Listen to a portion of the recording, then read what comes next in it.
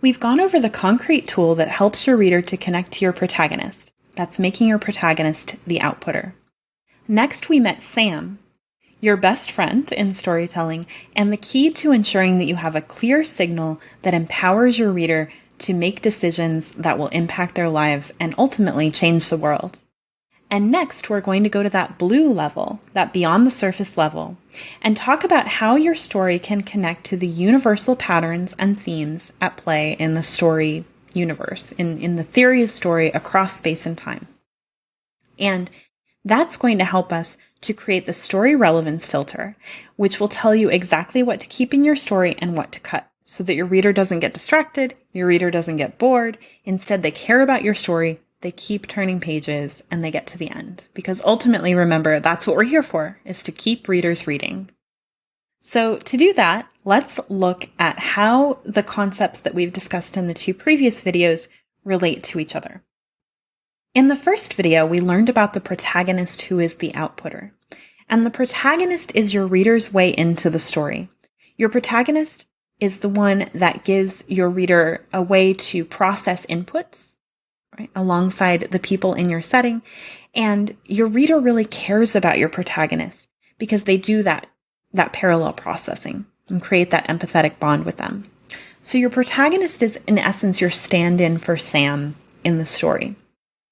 That bond is created by what we talked about last time, the double factor problem, that both your protagonist and your Sam face the same double factor problem or an equivalent double factor problem. Maybe it has a little bit different detail in the way that it's expressed in the story world versus the world in which we live, but it has the same fundamental things at stake, right? It's obligation versus love, something like that. It's survival versus belonging. It's those kinds of things.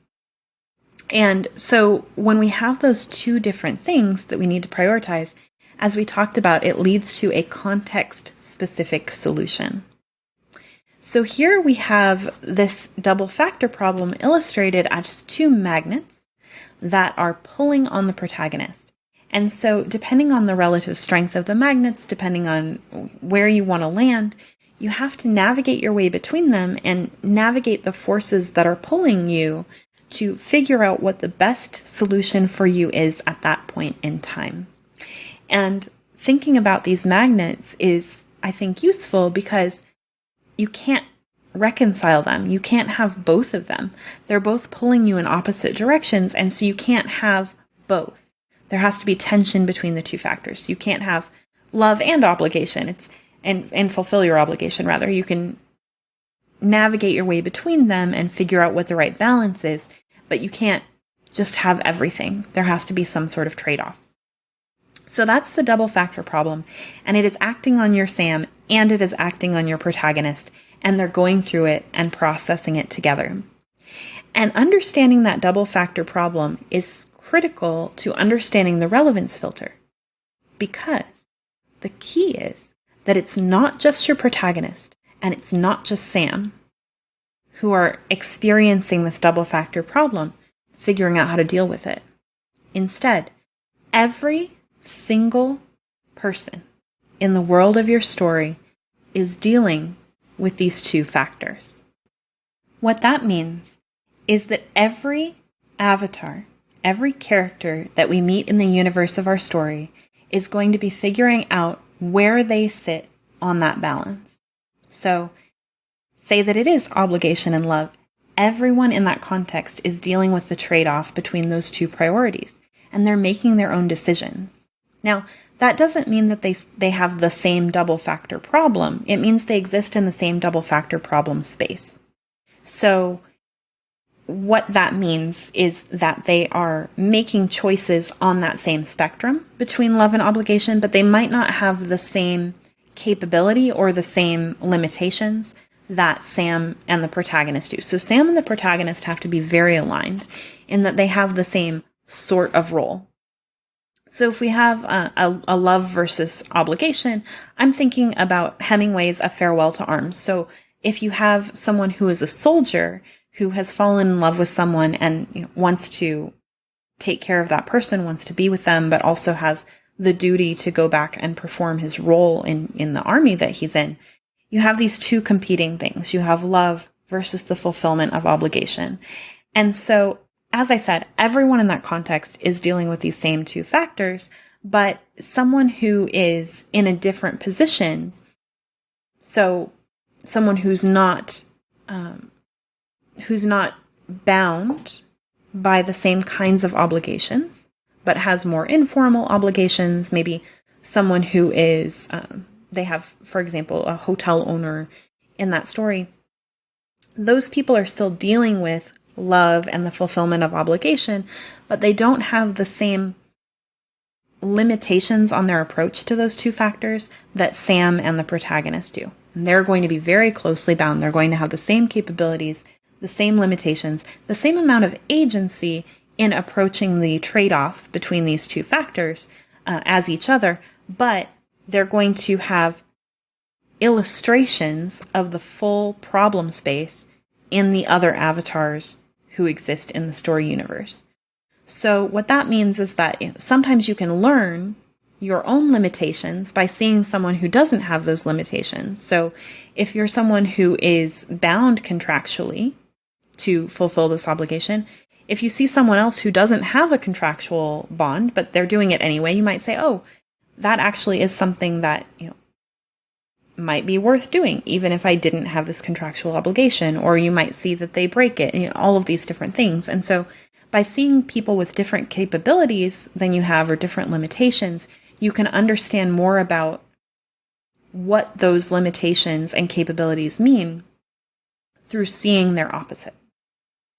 And so even if the other people who are dealing with these double factors in the setting don't exactly match up with your avatar and Sam, they're illustrating what's going on with those factors.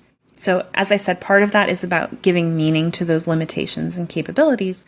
Part of it is about illustrating the stakes of different paths. So you'll have avatars who go all the way one way or all the way the other, something like that. And you'll see what happens to those people when they make those choices, so that Sam can understand, okay, I'm making my choices along with the protagonist, and I get short-term feedback. But, it might look like it's a really good idea to take one path, but then if I see another avatar who did that, and it worked out for them in the short term, but then long term it was disastrous, then Sam understands more about the stakes by getting to see the different ways that these choices can affect people over time. So having everyone dealing with the same trade-off in the factors can give her a fuller understanding of the stakes and can make the time scale of the story bigger by showing that these are things that people have been grappling with for a long time. And then finally, it illustrates context dependence. So if you have different people wrestling with the same problem and you have different ways of figuring out that problem, so decisions that people have made, and you can see that for one person it was right to do this thing, for the other it was right to do this thing, then you can see how it's context dependent, and you can enable Sam to say, well, is my situation more like this or more like this, and try and figure out her own context dependent solution. So it keeps it from being too restrictive, where you are giving an overarching absolute solution to a single factor problem, and instead it respects that double factor problem space and enables Sam to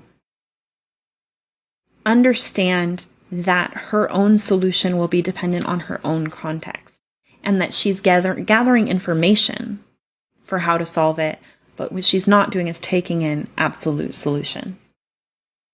So, what this means is that every avatar is dealing with the same two factors, and further, every word on the page connects back to that double factor problem.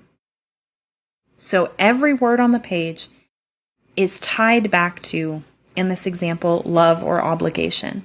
We don't have anything extraneous that is just because we thought it was fun, or it was a detail that came to us and we really liked it and we wanted to include it. No. If it's not relevant to one of the two factors that we're talking about, or the balance between them, it has to go. because it's not helping Sam solve her problem. And so what you can see is that we have this comprehensive idea of how to take those different layers, how to take the protagonist, how to take Sam, how to take that double factor problem and unite them into this story relevance filter that really enables you, whatever your natural mode of thinking is, to think about your story at all of these levels and to figure out what goes on the page and what doesn't.